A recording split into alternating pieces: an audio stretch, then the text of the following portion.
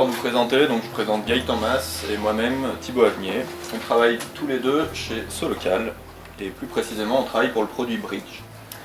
Bridge promet à ses clients d'augmenter leur chiffre d'affaires grâce à de la présence sur Internet. La présence est faite aux alentours de trois grosses catégories. Une première, un site web très bien référencé. La deuxième, l'envoi d'informations sur différents providers comme Google, Page Jaune, Facebook par exemple. Ces informations sont les horaires d'ouverture, l'adresse, des coordonnées de contact par exemple.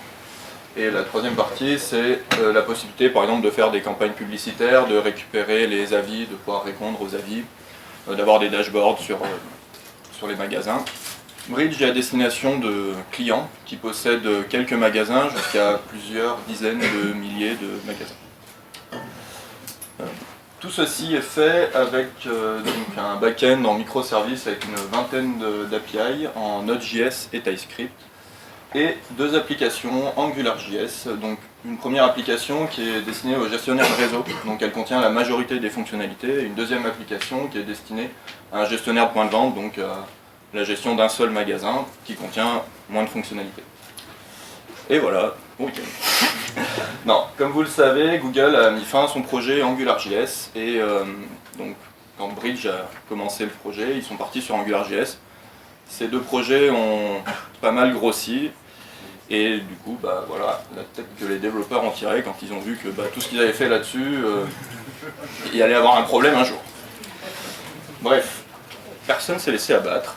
On a repris l'idée de base, donc on s'est reposé la question, qu'est-ce qu'on devait faire? Est-ce qu'on devait prendre une nouvelle techno? Est-ce qu'on doit toujours faire confiance à Google? Est-ce qu'on doit faire le même coup?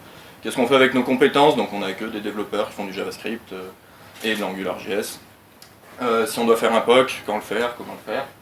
C'est pas du tout le sujet de la conf, donc je dirais pas pourquoi on a fait ces choix. Bref, on a choisi Angular. Donc on a commencé Angular en 2016. Et depuis, donc on suit toutes les mises à jour d'Angular 9 et on a décidé de faire un petit retour d'expérience sur ce qu'on pense intéressant à parler dans notre Angular. Donc on va commencer par parler un peu de linter, de TSLint, de ArcGIS et d'autres petits trucs, puis deux ateliers un peu plus poussés donc sur le state management et sur l'architecture qu'on a mis en place. Là on peut voir l'historique de notre commit, donc ce qui est marrant c'est qu'on voit qu'on a fait un petit POC, après il y a un petit temps mort et après le POC a décidé d'être pris dans son équipe projet qui a pu le rendre propre à la production, donc on va mettre tout ce qui va bien, et puis après, voilà, la petite vie du projet. Allez, c'est parti. Alors, voilà, tout ceci, c'est pour faire de la qualité de code. C'est un peu l'héritage et les habitudes qu'on avait avec toutes nos API en Node.js, etc. Donc, un TSLint, bon, maintenant il est déprécié et au profit de SLint, mais on attend qu'Angular fasse son travail pour passer sur SLint aussi. La code review, c'est des normes côté engineering chez nous, qu'on pratique sur l'ensemble de nos projets. On est assez addict à Prettier, qui est un formateur de code qui va permettre d'avoir un format unique de code. Un des gros intérêts qu'il peut avoir Prettier, c'est au moment de la code review, on arrête de se disputer sur comment on doit formater le code, c'est Prettier qui décide et qui l'impose à tout le monde. On va aussi utiliser CommitLint pour faire des beaux messages de commit, et puis comme on passe du temps à faire des beaux messages de commit, pourquoi pas les utiliser pour faire des semantic release et ainsi réaliser automatiquement nos projets. StylLint qui est le pendant de TSLint pour tout ce qui est CSS. Et on va rajouter UseKey aussi donc pour vérifier tout ça sur son poste, par exemple avec des githooks, pour éviter de faire tourner la CI pour rien. Quand on installe un projet Angular, donc maintenant c'est en TypeScript, on n'a pas vraiment le choix. Et par contre on a le choix de la configuration de TypeScript. On vous recommande, donc si jamais vous installez un projet Angular, de regarder un peu la configuration de TypeScript que vous allez pouvoir faire et d'activer le mode strict, de regarder par exemple les autres petits points que j'ai mis ici si vous voulez les activer. Tout ceci va vous permettre d'utiliser à fond, beaucoup mieux, ce que c'est faire TypeScript pour augmenter la qualité de votre code. On vous conseille aussi d'être rigoureux et vigilant sur la définition des types. Avec TypeScript, au début, c'est assez récent, on n'a pas toujours beaucoup d'expérience sur la façon dont faire les types. Et des fois, par exemple, sur des formulaires, on a fait un type qui représente l'état de notre formulaire quand l'utilisateur le remplit. Et puis, à un autre moment, c'est le même type qui a été réutilisé parce qu'il ressemblait probablement à ce qui était sur le retour de notre API. Alors qu'en réalité, c'est deux types différents et si vous évoluez votre formulaire, c'est deux choses complètement différentes. Évitez aussi de blinder le code de NI dès que vous rencontrez un type que vous ne connaissez pas. prenez vraiment le temps d'aller rechercher le type, il doit exister quelque part, sinon il faut le définir, et parfois on peut tout simplement mettre des no. Vous l'avez compris, on est assez friand d'utiliser les types et TypeScript au mieux, donc pour ça on met beaucoup d'adapteurs au niveau de nos services pour dialoguer avec nos API. Ça nous permet de valider les types qui sont les contrats qu'on a avec nos API et de partir sur des bonnes bases à l'intérieur de notre application. Changement d'exercice. Un petit point sur RxJS, donc pareil, il vient avec Angular, vous allez devoir vous y frotter.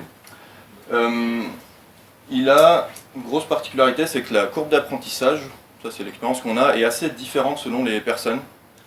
Il y a des personnes qui vont assez bien comprendre les petits schémas par exemple qu'il y a là-haut, d'autres personnes vont mettre beaucoup plus de temps à les comprendre. Je ne vais pas expliquer comment ça marche, il y a plein de tutos sur internet, ils l'expliqueront beaucoup mieux que moi. Mais en gros, il y a un gros changement d'approche à l'intérieur de l'application sur l'acheminement des données. Avec du RxJS, quand vous avez besoin de l'information, il y a un système où vous dites « j'ai besoin de l'information, je m'abonne à celle-ci, et puis je continue mon travail ». Côté service, là où il y a la gestion d'aller chercher l'information, la logique va plus être « ah, quelqu'un s'est abonné à mon information, donc je vais lui envoyer l'information, et peut-être par la suite lui envoyer les mises à jour de cette information ». Souvent la question c'est on se demande est-ce qu'il faut qu'on l'utilise dans l'application ou est-ce qu'il faut qu'on le masque, qu'on l'enterre ou qu'on s'en passe. On répondrait plus à cette question-là à oui. Oui, il faut l'utiliser, même si vous commencez à l'utiliser simplement, ça va vous ouvrir des opportunités pour faire des choses beaucoup plus complexes une fois que vous maîtriserez RxJS, comme par exemple du polling d'API, la gestion de timeout, du retry, des formulaires interactifs, beaucoup d'asynchrone. Comme beaucoup de choses dans le développement, les nouveaux concepts viennent aussi avec des nouveaux problèmes et des nouvelles questions. Avec RxJS, souvent les problèmes vont être au niveau du désabonnement de vos observables, au risque, si vous ne le faites pas, d'avoir des observables fantômes dans votre application qui vont faire des choses à des moments dont vous ne le souhaitez pas. Donc soyez vigilants sur cette petite point. On rechange d'exercice. Dans Angular, vous allez travailler avec un certain nombre de choses. Vous allez travailler avec des services, des directives, des modules, mais principalement avec des composants. Dans Angular, tout est composant. Et comme on n'a pas envie d'avoir un tas de composants complètement mélangés, on utilise le pattern Smart End-Up Component qui va nous permettre de classifier nos composants en deux catégories. La première catégorie, ça va être les composants dits stupides ou les composants de présentation qui ont pour but d'implémenter le design. Donc c'est les composants qui contiennent la majorité du code HTML et CSS. Ils n'ont pour responsabilité que d'afficher les choses, que d'afficher du DOM. Le seul moyen de dialoguer avec eux, c'est de passer par des input-outputs. Donc ils n'ont pas le droit de prendre des services ou de faire des appels directement. L'autre grosse partie de composants, ça va être les composants smart, donc les composants dits intelligents. Donc eux, ils contiennent pas ou très peu de HTML, init CSS. Par contre, à l'inverse, eux, ils sont intelligents du fait qu'ils connaissent l'application. Ils savent où aller chercher les informations, ils savent comment alimenter les composants stupides, comment les agencer sur le début de la page. Donc ils sont en charge de la récupération des données, c'est eux qui vont communiquer avec les différentes actions, les stores, les autres choses possibles. La navigation par exemple, des trucs comme ça. Pour donner un petit exemple, imaginons qu'on souhaite réaliser cette maquette ou cette page. Comme tout est composant, on va commencer à réfléchir quels composants on va devoir faire dans Angular.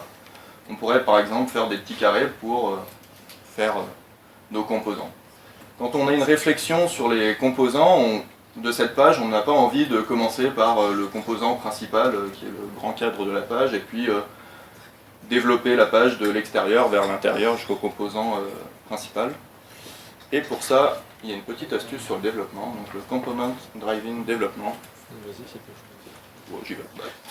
C'est parti. Donc c'est une façon de développer pour développer de façon isolée les composants à l'intérieur d'un autre outil qui va permettre de développer les composants. Alors, comme on peut le voir un peu ici, là, regardez, ça bouge. C'est le screen d'après. Voilà. On peut développer donc ces composants dans un outil qui s'appelle Storybook, donc on utilise. Donc on développe le composant de façon souvent simple, souvent on le commence vide, le composant, puis après on va l'améliorer petit à petit pour raconter son histoire. Cet outil va aussi permettre à d'autres personnes que des devs pour consulter la liste des composants qui ont été faits. Donc ça va permettre aux PO par exemple d'aller voir les composants, aux UX designers de pouvoir voir les composants. Cet outil est très intéressant, c'est que comme on développe les composants stupides indépendamment de l'application, de tout ça, il n'a pas besoin de recharger l'ensemble de l'application pour avoir le retour de ce qu'on est en train de développer sur le composant. On développe juste, là dans mon cas, la petite carte de l'utilisateur dans son coin, et puis une fois qu'elle est faite, on va pouvoir la mettre dans l'application et on n'aura pas de surprise. L'autre avantage de Storybook, c'est comme on a dit, les composants stupides, il y a uniquement via les input-output qu'on peut communiquer avec eux, c'est que directement avec Storybook, on va pouvoir faire ça dans une petite console qui est ajoutée à Storybook, où on va pouvoir changer à la volée les input-output et voir le rendu sur notre partie prévue. Quelque chose à ajouter? Est-ce que vous m'entendez tous ou est-ce que je prends un micro? Ok, tout le monde m'entend? Parfait. On va parler pendant 10 minutes de state management. Alors, state management, je pense que tout le monde en a déjà entendu parler, c'est pas spécifique à Angular. Un magnifique schéma, alors le but c'est de se dire, au lieu d'éparpiller nos données un peu dans tous les services et puis que tout le monde aille les modifier un peu quand il veut, on va se dire il y a une seule source de données, c'est là où sont stockées nos données et quand on veut y accéder, on sait où aller les chercher et quand on veut les mettre à jour, on sait où les mettre à jour. Côté Angular, il y a plusieurs technos, enfin plusieurs librairies qui se tirent la bourre. Les plus connues, donc c'est NGRX et NGXS. Et on a aussi Akita et Angular Redux, NGRedux. Moi je vais parler des deux premières, puisque c'est celles qu'on a pu expérimenter pendant 2 ans sur le projet. Et on a pas mal de choses à présenter. Alors pour ceux qui ne connaissent pas le fonctionnement de NGRX, voilà le schéma qui est dans la doc. Ça nous dit quoi? Ça nous dit que les données elles sont dans un store. C'est là où on va vraiment stocker les données. Quand on va vouloir récupérer des données, typiquement un composant pour faire de l'affichage, on va créer un selector qui va dire je veux m'abonner à une partie de mon store, de mon state, et je vais pouvoir récupérer les données et les afficher. Quand on a des composants, souvent on a aussi des inputs utilisateurs et puis on a des choses à déclencher à partir de ces interactions-là. Au lieu d'aller modifier directement dans le store, ce que va faire le composant intelligent, c'est déclencher des actions. Des actions, il va en avoir plusieurs types, c'est-à-dire qu'il peut y avoir des actions qui sont complètement synchrones, dont le but c'est d'aller mettre à jour le store. Donc là on va passer par un reducer ici, on va avoir une mise à jour du store, et hop, on repart pour l'affichage. Ou alors, dans quand même pas mal de cas, on va avoir des services externes à contacter, typiquement une API pour mettre à jour des données. Et NGRX considère que ça doit être une action qui est traitée via un effet, puisqu'il va y avoir de l'asynchronisme. Donc on va décrire notre effet, potentiellement on appelle un service, lui il va appeler un backend ou faire une tâche asynchrone. Et pour mettre à jour le store, il ne va pas avoir le droit d'aller écrire directement, mais est obligé d'émettre une autre action qui elle va être traitée par reducer. On va avoir une action qui va venir dans ce sens-là, un déclenchement de requête et le retour dans ce sens-là. C'est la librairie qu'on avait depuis le début, c'est la plus populaire et c'était globalement la référence quand Angular, au début d'Angular. C'est la mieux typée, alors on décrit tout en fonctions. En fait, grâce aux fonctions, on va pouvoir véhiculer les différents types. C'est-à-dire qu'on va pouvoir, les types de notre sélecteur, finalement, ils vont être inférés correctement par TypeScript au niveau de nos composants. Et du coup, on va partager nos types comme ça. Et puis pour ceux qui sont fans de React, normalement c'est l'approche qui ressemble le plus à ce qui se fait avec Redux. Donc voilà, ça. Là où c'est un peu plus compliqué, c'est dans la prise en main, c'est-à-dire que comparé à d'autres librairies, on a ce découpage d'actions avec un traitement synchrone et asynchrone qui du coup demande 2 traitements différents. Et puis c'est verbeux parce que ça demande un certain nombre de fichiers avec un certain nombre de choses à mettre dedans. Son plus gros concurrent, c'est NGXS.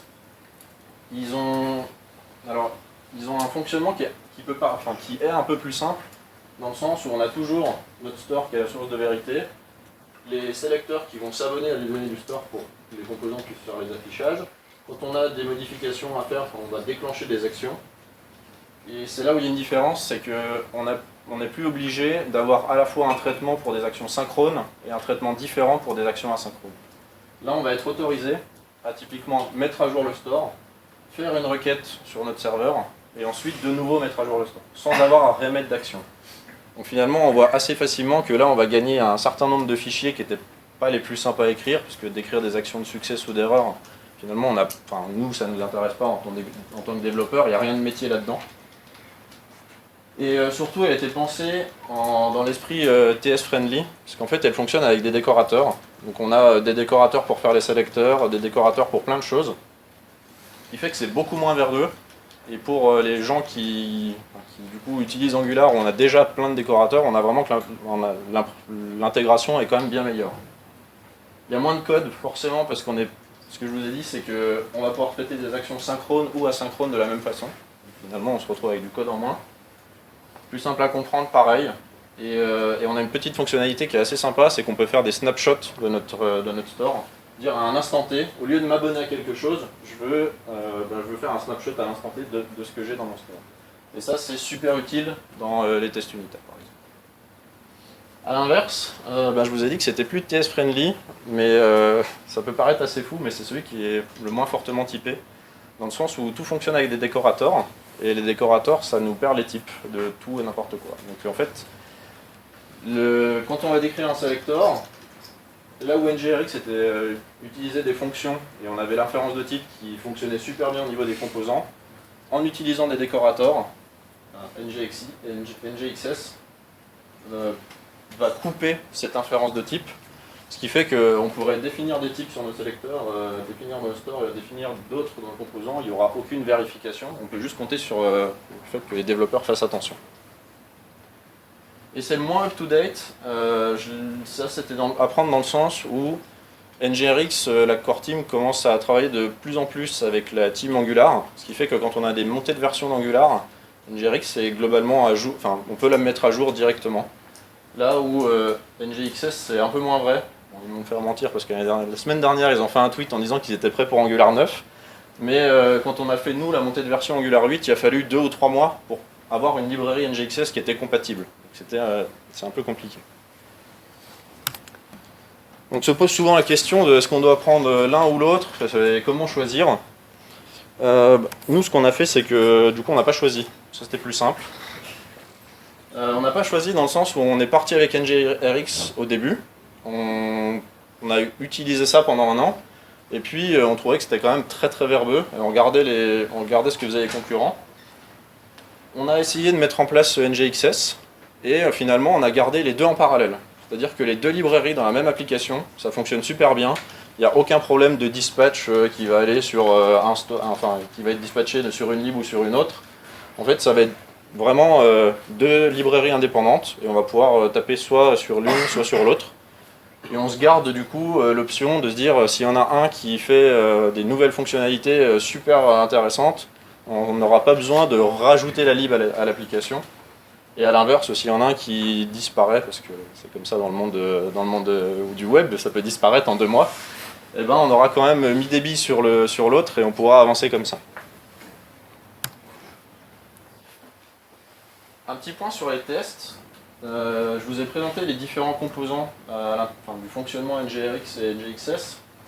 Ce qu'on avait au début, c'est qu'on avait des tests, on avait suivi la doc et du coup on avait un test pour l'effet, on avait un test pour le service, on avait un test pour le reducer. En fait on avait plein de fichiers de tests, de tout petits tests unitaires qui étaient fastidieux à écrire parce que finalement ils apportaient pas grand chose.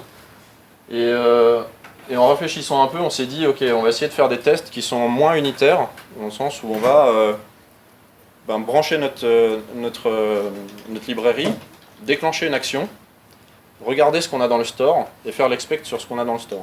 Parce que du coup, ça nous permet de tester que l'action est bien émise, qu'il y a bien eu des side effects ou une mise à jour de store, et que du coup, on a nos reducers dans le cas du NGRX qui ont bien été appelés aussi. Donc on se retrouve avec on a beaucoup moins de fichiers de tests, et c'est surtout des tests qui ressemblent beaucoup plus à l'utilisation qu'on a de ça dans l'application. Dans l'application, on ne s'amuse pas à utiliser le reducer directement. Nous, ce qu'on fait, c'est on déclenche une action, et après, il y a une suite de traitements. Donc ça fait moins de code et ça fait des tests plus sympas à écrire pour les développeurs. Eh bien, parlons architecture. Alors, avec l'expérience qu'on avait sur nos applications AngularJS et le fait que Angular se veut un framework modulaire. On va pouvoir faire des petites briques qu'on va pouvoir réutiliser à d'autres endroits. On a pas mal travaillé l'architecture, donc on l'a plutôt changé plusieurs fois, et grâce à TypeScript, tout se passe bien. Donc pour détailler, pour expliquer où on en est arrivé avec notre architecture, on va prendre un petit schéma simplifié. Donc la première bulle tout en haut représente l'application. Donc ce que j'entends par application, c'est le layout, le menu, tout sauf la partie qui est intéressante de l'application, tout sauf la fonctionnalité de l'application. Ensuite, on va faire plutôt des modules de type lazy load pour les partie fonctionnelle de notre application, donc représentée par la boule bleue ici. Là. Donc prenons un exemple, une page de liste d'avis. Donc c'est un module lazy loadé, c'est un petit bout de l'application qui va pouvoir être chargé selon la navigation de l'utilisateur. On peut aussi représenter dans cette partie de liste d'avis la partie graphique. Donc c'est les composants qui composent cette liste d'avis. Et aussi la partie service et les types qui vont avec pour récupérer ma liste d'avis. Alors, la partie graphique va elle-même utiliser des composants dans des librairies annexes comme Material, Bootstrap par exemple, Ant Design par exemple, ou même des composants qu'on a fait à nous. Donc ça, c'est une partie des composants qui sont partagés. Si j'ajoute une deuxième feature dans une autre partie, donc je voudrais par exemple une page produit, donc ça va être, on fait la même démarche, donc c'est un module lazy load qui va être ajouté à notre application. Et pareil, il a une partie graphique et une partie récupération des données. On savait qu'on voulait découper par domaine ces parties de notre application. Donc tout ce qui concerne les avis, les autres fonctionnalités des avis, on voudrait les mettre dans un domaine qu'on appellerait notre domaine avis. Et pareil pour notre côté produit. Les choses se compliquent quand on commence à vouloir des choses de ce type-là. Donc par exemple, une brique, un composant qui nous permet de faire de la sélection de produits. On aimerait bien le placer avec notre domaine produit, mais à la fois cette brique, elle a d'intérêt que si on peut l'utiliser dans notre liste d'avis, ou voir d'autres domaines. On va pouvoir avoir l'inverse, par exemple, où ma page produit voudrait récupérer simplement les informations d'avis pour l'afficher directement, donc on pourrait se retrouver avec une connexion de ce type-là, où c'est la partie API et service qui va être partagée dans notre domaine. Quand on voit ce genre de graphe, on comprend qu'on n'a pas envie que toutes les dépendances soient possibles. On voudrait maîtriser ces dépendances pour en interdire certaines et maîtriser aussi dans le sens de savoir quel domaine interagit avec quel autre domaine et tout ça.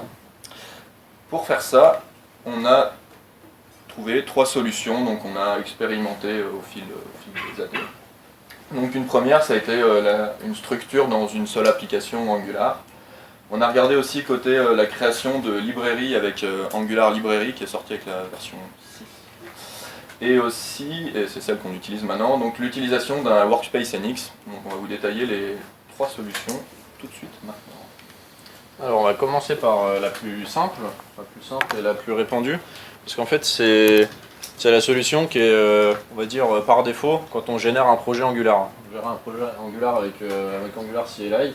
Ça va nous sortir une structure de dossier, un projet qui est à peu près dans cette arborescence-là. Alors j'ai pas tout repris, mais en gros c'est dire on a un dossier source, dans source on a un app, on a un dossier core qui contient certaines choses liées à l'application, pas forcément liées à un domaine spécifique. Tout à la fin on a un dossier shared où on va mettre tout ce qui est commun à toute notre application. Et puis à l'intérieur on va avoir des dossiers par domaine. Donc là, on aurait notre domaine review donc sur les avis, avec à l'intérieur une liste, ce dont parlait Thibaut, c'est un composant. On a certaines parties de notre domaine qu'on va vouloir partager, donc on va faire un nouveau dossier shared dans ce domaine-là. Tout ça regroupé sous un module. On va avoir la même chose sur les produits, où typiquement on va avoir un composant. Là, on a considéré qu'il n'y avait rien à exporter. En tout cas, ça, c'est une structure de dossier, alors plus ou moins simple en fonction de la taille de l'application. Et c'est ce qui est disponible en générant un projet et aussi dans la doc Angular. Dans la doc Angular, vous avez un gros pavé comme ça qui en montre beaucoup plus. Ce qui nous embête avec ce système-là, c'est que finalement, les séparations, c'est juste une structure de dossier, mais que si un développeur soit pas au courant de comment on fonctionne dans le projet, ou alors je n'ai juste pas envie de s'embêter avec d'autres contraintes, et il dit non, mais moi je vais aller prendre le module qui est là, et pas de souci. enfin, personne ne le verra. Il y a zéro contrainte, enfin, il n'y a rien qui va l'empêcher de faire ça. Et alors, je crois en les autres développeurs de l'équipe, mais si on a des contrôles, c'est toujours mieux. Et du coup, on n'a pas choisi cette solution-là, et on considère que finalement, c'est une très bonne solution si on a une petite application qui est monodomaine, parce que dans ce cas-là, on ne va pas avoir de problème de dépendance entre domaines, de contraintes qu'on va vouloir mettre. Et puis, si on est développé c'est développé par quelques devs, on peut considérer ça va être une assez petite équipe pour qu'ils puissent se parler entre eux et que la connaissance se transmette comme ça.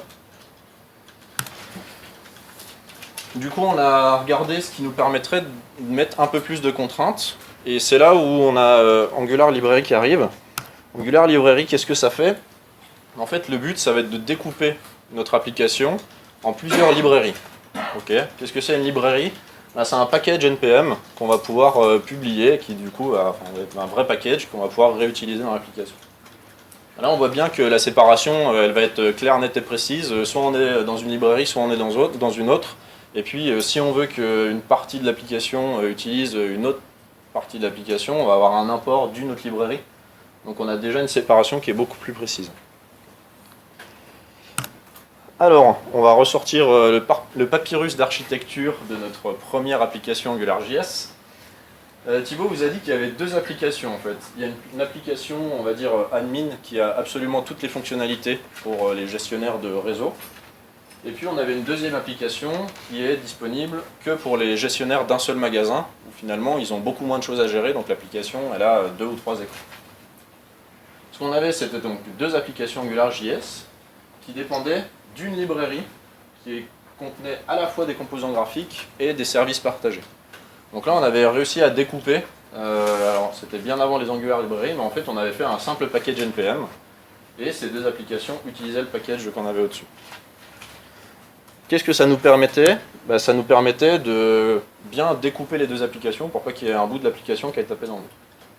Les avantages, c'est que on avait fait une librairie de composants graphiques qu'on pouvait réutiliser sur nos deux applications. Il n'y avait surtout aucun couplage entre les deux applis, parce que c'était vraiment deux projets AngularJS qui importaient un package NPM. Et puis on avait quand même gagné de la mutualisation de code. Donc on avait forcément cette librairie-là qui permettait de ne pas réécrire certains services en double. L'inconvénient, c'est que notre package de composants graphiques et de services, c'était un package NPM. Et quand on voulait faire des modifications dans ce package NPM, elle est testée sur les applications. En local, il n'y a pas de souci, on fait un NPM link ou un yarn link et on arrive justement à avoir cette mise à jour de package facilement. Sauf que quand on passe sur la CI et qu'on essaie de déployer sur les environnements de dev, le yarn link, le NPM link, pas trop, il va lui falloir une vraie version, un vrai package. Donc ce qu'on était obligé de faire, c'était on mettait à jour notre librairie de composants graphiques, on faisait une release de cette librairie-là, on l'intégrait dans l'application, on déployait sur une stack de dev, ça marchait pas, du coup on repartait dans la lib de composants graphiques, on faisait des modifs, on refaisait une version, et on était obligé de monter la version sur l'application. Donc niveau expérience développeur, c'était pas top. Et puis ça veut dire que quand on faisait une montée de version de librairie, il y avait deux applications où il fallait faire la montée de version, ou alors il fallait faire comme certains et oublier, et puis finalement c'est le copain après qui est obligé de remonter la version. Et quand on parlait mutualisation de code entre applications, il y a quand même quelque chose qui arrive, c'est que Webpack a beau être très intelligent et enlever le code qui ne sert pas, à un certain moment il n'arrive pas à tout enlever. Ce qui fait que dans l'application standard user, enfin celle où il y avait moins de fonctionnalités, on embarquait des choses qui ne servaient pas. C'est quoi le rapport avec les Angular Library? Finalement, c'est qu'il y a pas mal des contraintes que nous on avait vécues, on avait eues pendant 2 ans, qui se retrouvaient dans cette solution-là. Dans le sens où c'est vraiment des packages séparés. Et si on veut, alors c'est moins embêtant qu'un yarn link, mais si on veut lancer et faire du dev sur plusieurs librairies et une app, on se retrouve à lancer 3 watch. Parce qu'il faut faut lancer et compiler sur les 2 librairies plus l'application. Alors, une machine très puissante, mais 3 libs ça va, 10 libs ça fait souffler l'ordi assez rapidement. Ce que ça amène en plus, Angular Library, c'est que quand on va générer un package NPM, ça va être un package qui n'est pas juste un package simple, il va respecter l'aspect Angular Package Format. Si on a qui sont intéressés, il y a Google Doc qui explique ce que c'est. En fait, ça va générer plusieurs bundles et comme ça, les navigateurs modernes pourront piocher le bundle qui va bien, quoi. Un ES 2015, un ES 5 si on est sous IE, et ce genre de choses. Du coup, si on a des applications qui sont multi-domaines exclusifs, on va pouvoir générer des libs, et ça va être vraiment bien, parce qu'on aura des choses vraiment séparées. Et puis, si on a des multi-domaines exclusifs, on peut supposer que les équipes elles sont indépendantes et autonomes sur leur scope. Et donc finalement, ça va vraiment être je crée une lib et je la mets à disposition de quelqu'un d'autre. Nous, c'est pas notre cas, parce que on est multi-domaine pas exclusif du tout, comme le montrait Thibaut sur le schéma, et puis les équipes elles sont pas indépendantes du tout non plus. Donc il fallait quelque chose qui permette de travailler de façon plus fluide. C'est là où intervient Enix. Enix, c'est un outil, c'est Extensible DevTools for Monorepos. C'est développé par la compagnie Narval. Et en fait, il faut le voir comme une surcouche à Angular CLI. C'est-à-dire que sous le capot, ça gère des Angular Library. Par contre, ça amène plein de choses en plus. Ça amène des configurations d'outils. Donc Jest Prettier, des règles de spin particulières, un setup de Cypress, sans avoir à le faire soi-même. Ça permet surtout d'ajouter des contraintes entre lib, et c'est ça qui va vraiment nous intéresser. Avec les contraintes, on peut du coup visualiser les différentes dépendances aussi entre les librairies. Et comme c'est pour les monorepos, on peut rapidement comprendre qu'on va avoir une base de code qui va être de plus en plus grosse. Et du coup, ils ont rajouté des possibilités de lancer soit le test, soit le lint, soit le build sur les librairies qui sont affectées par un commit en particulier, ou quand on fait une PR entre le diff de l'APR et de master. Ce qui fait que dans le cas où on a modifié une ligne dans une toute petite librairie, on va relancer les tests que sur cette librairie et sur celle qui utilise cette librairie-là.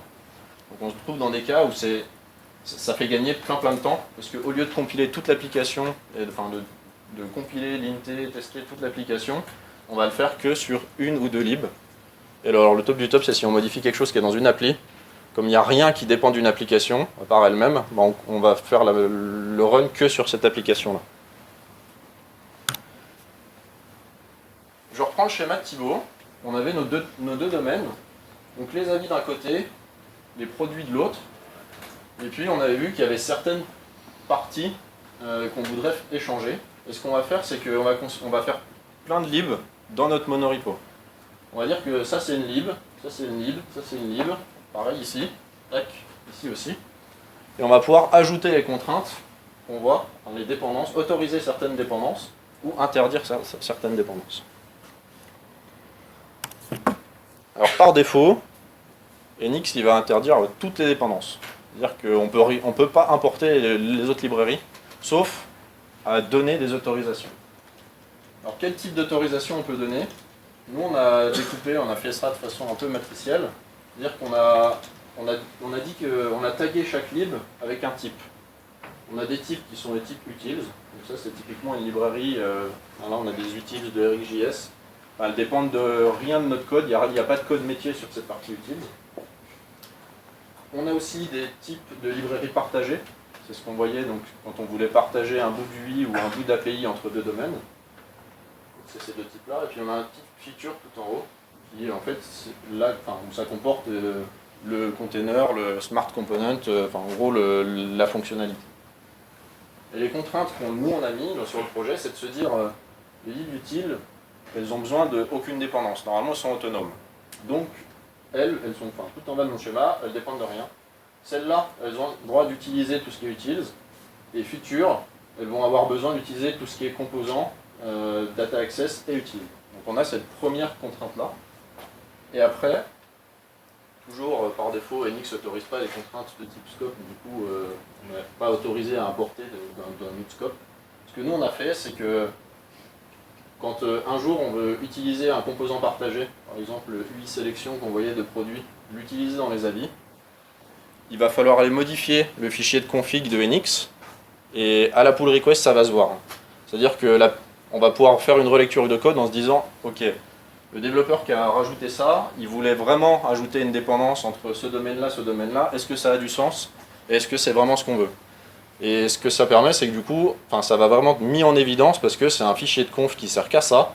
À l'intérieur, on lui dit, tu es ce type de librairie, tu as le droit d'accéder à ce type, ou alors tu es ce scope de librairie, tu as le droit d'accéder à ce scope.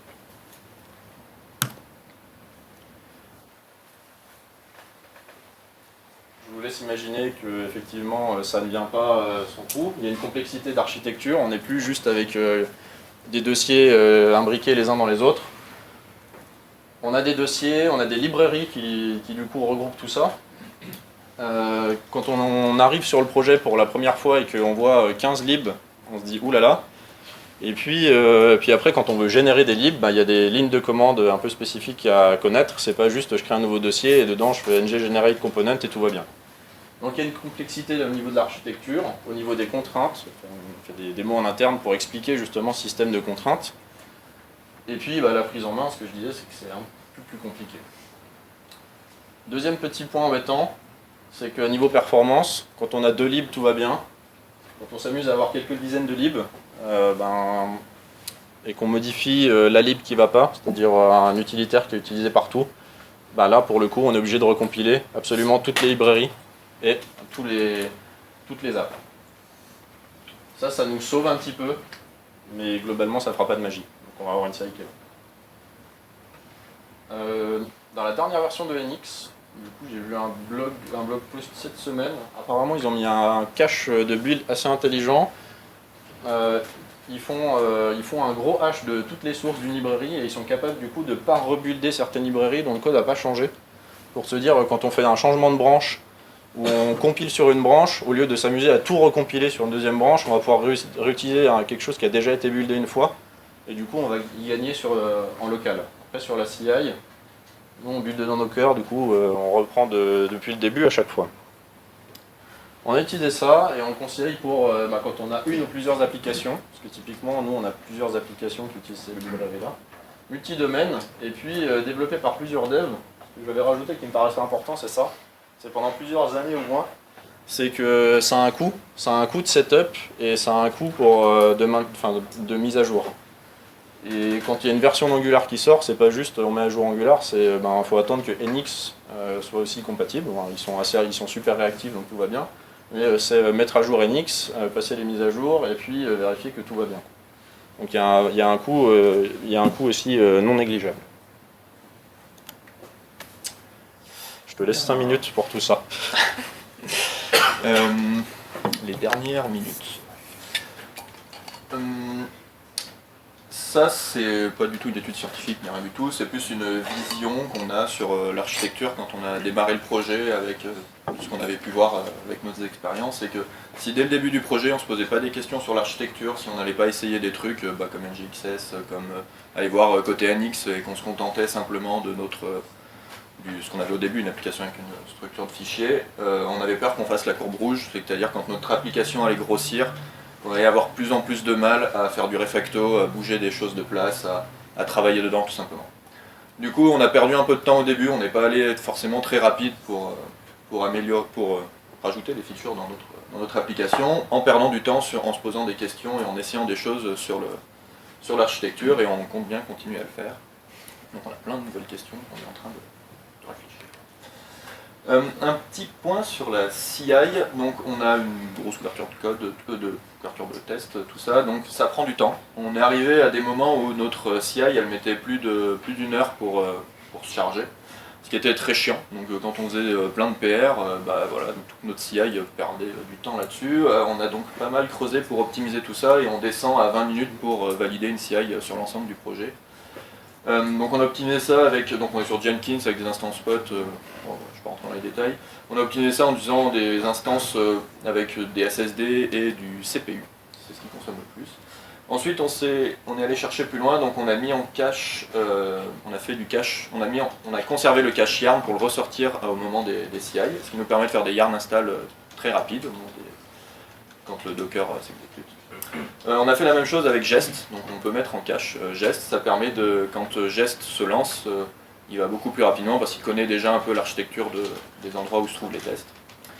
On a aussi parallélisé une partie des choses de notre CI avec par exemple des GitHub Actions, et on utilise à fond le Affected de NX qui nous permet de gagner beaucoup de temps, comme on aime bien faire des petites PR, sur ces petites PR qui touchent que des petites parties de notre application actuelle. On a dû faire des choix dans ce talk, on n'a pas parlé de plein de choses, donc c'est le moment pour balayer rapidement certaines choses. Sur les traductions, on n'a pas du tout utilisé les i18n natifs d'Angular, ça ne nous charmait pas du tout quand on a commencé le projet. On a utilisé une autre lib à côté qui nous permettait de faire ça très simplement avec des fichiers JSON, je ne sais pas si je la recommanderais. Voilà. On n'a pas parlé non plus comment on a interagi avec nos libs de design, donc que ce soit Material, Ant Design ou du Custom. Mais là-dessus, on s'est contraint à ne jamais tuner les composants qu'on récupère sur ces libs-là. Donc jamais on va violer l'encapsulation SCSS proposée par Angular pour aller modifier des composants se trouvant dans la lib Material. Parce que les quelques fois où on a commencé à le faire, quand on a monté la version de Material, on a eu des soucis. Du coup, on le fait plus, alors à chaque fois on se pose la question, est-ce qu'on doit refaire le composant dès qu'il y a une fonctionnalité qui n'est pas possible dans le composant de Material? Je pose toujours la question.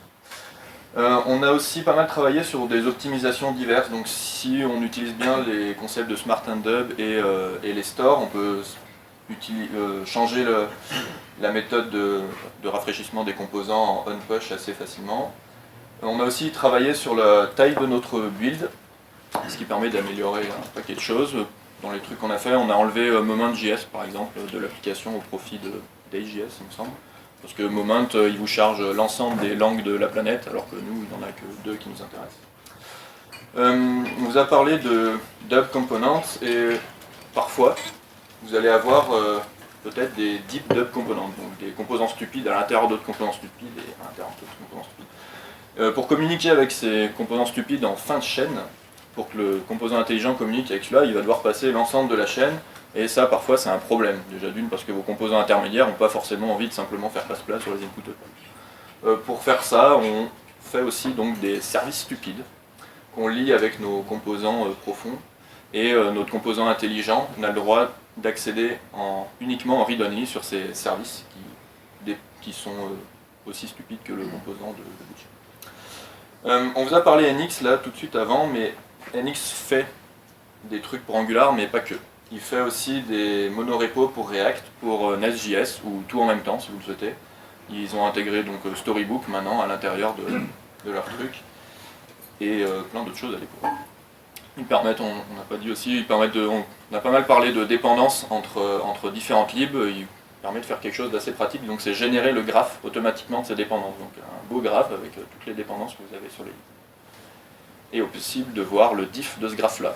Quand vous faites une pull request par exemple, vous pouvez générer le graphe uniquement, enfin le graphe en entier, et puis avoir donc, faut imaginer des carrés, j'ai pas de screen là. Bref, imaginez des carrés, des ronds, tout ça, qui représentent le graphe, et on va pouvoir voir, il va mettre en rouge les carrés des choses qui ont été modifiées. Donc en un coup d'œil, on voit tous les impacts de ce qu'on a pu modifier dans notre ensemble de modifications. Eh bien, je vous remercie. C'est tout pour nous.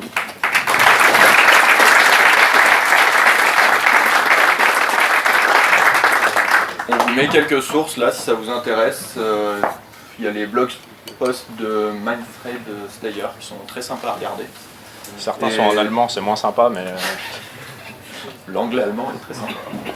La documentation de NX, si vous voulez aller jeter un œil sur cette documentation. Et si vous avez des questions, on a 15 secondes. Ouais, vas-y. Tout à l'heure, je me disais que vous préfériez les tests plutôt d'intégration avec un test final sur le store. Ouais. Est-ce que c'est pas beaucoup plus coûteux aussi en termes de CI justement de faire ça par rapport à des petits tests sur les réducteurs? En fait, ce qui coûte super cher en CI, c'est le découpage en lib, enfin en tout cas pour nous. Le découpage en lib fait qu'on a peut-être, sur les petites libs, on a 15 tests à exécuter. Gest, il va mettre 1 seconde et demie pour exécuter ces 15 tests. Par contre, il aura mis 10 secondes pour s'initialiser, avec tout ce qu'il faut. Donc finalement, ce qui coûte cher sur la partie CI, c'est... Enfin, il y a un ratio entre le setup des tests à chaque lib et le run des tests qui est impressionnant. Et pour l'instant, on n'a pas de solution, on a discuté avec plein de gens. Et apparemment c'est normal. Enfin c'est pas normal mais en tout cas c'est, enfin, ça étonne pas grand monde. Juste pour info,